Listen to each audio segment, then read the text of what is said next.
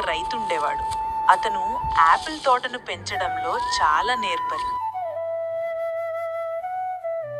అతను పండించే యాపిల్ పండ్లు ఎంతో తీయగా, ఎర్రగా, చూడముచ్చటగా ఉండేవి. ప్రతి సంవత్సరం పంట బాగా పండినప్పుడు పండ్లు బరువుకు వంగిపోయిన ఆ చెట్లను చూసి అతని మనసు ఎంతో గర్వంతో, ప్రశాంతతతో నిండిపోయేది. ఒకరోజు ఉదయం తన కుక్కను తీసుకుని తోటలో నడుస్తుండగా తనకి ఎంతో ఇష్టమైన ఒక యాపిల్ చెట్టు పైభాగంలో ఒకే ఒక్క కుళ్ళిపోయిన యాపిల్ పండును గమనించాడు. అది చూడగానే అతను కంగారు పడ్డాడు. ఆ ఒక్క కుళ్ళిన పండు వల్ల వ్యాధి వ్యాపించి నా పంట మొత్తం నాశనం అయిపోతుందేమో, వెంటనే ఏదో ఒకటి చెయ్యాలి అని ఆలోచించాడు. వెంటనే తన షెడ్లోకి వెళ్ళి ఒక పొడవాటి కర్రను తెచ్చాడు. దాంతో ఆ పండును కిందకు పడేయాలని చూశాడు. కానీ ఆ కర్ర పండుకు అందలేదు. పైగా ఆ ప్రయత్నంలో చెట్టుకున్న మరికొన్ని మంచి యాపిల్ పండ్లు కింద పడి నలిగిపోయాయి. ఇది సరిపోదు, ఇంకేదైనా చెయ్యాలి అనుకుంటూ మళ్ళీ వెళ్ళి ఒక గోలీలో ఉచ్చు స్లింగ్ షాట్ తెచ్చాడు.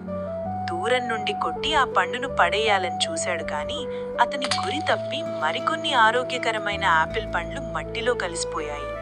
రైతుకి చాలా అసహనం కలిగింది. ఈసారి చెట్టును గట్టిగా ఊపాలని నిర్ణయించుకున్నాడు. తన శక్తినంతా ఉపయోగించి చెట్టును అటూ ఇటూ ఊపాడు.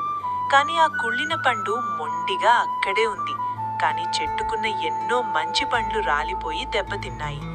ఆ ఒక్క పండు అతన్ని ఎంతగా వేధించిందంటే అతను నిద్ర కూడా పోలేకపోయేవాడు.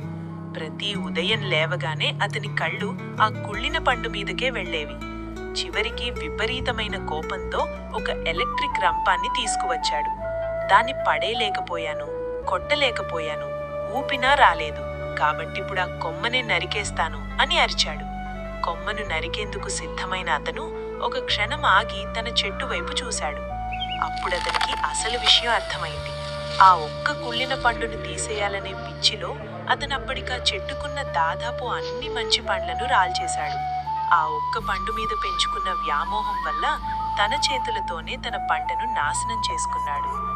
నీతి: మనం కూడా జీవితంలో ఒక్కోసారి మనకున్న ఒక చిన్న లోపం, ఒక పొరపాటు, ఒక చేదు జ్ఞాపకం లేదా మనకు నచ్చని ఒక వ్యక్తి గురించి మాత్రమే ఆలోచిస్తూ కూర్చుంటాం. ఆ ఒక్క కుళ్ళిన యాపిల్ మీద దృష్టి పెట్టి మన జీవితంలో సంతోషంగా ఉన్న వందలాది మంచి విషయాలను నాశనం చేసుకుంటాం. ఒక చిన్న లోపం వైపు చూస్తూ బాధపడటం కంటే మన దగ్గరున్న 100 మంచి విషయాలను చూసి కృతజ్ఞతతో ఉండటమే నిజమైన సంపద.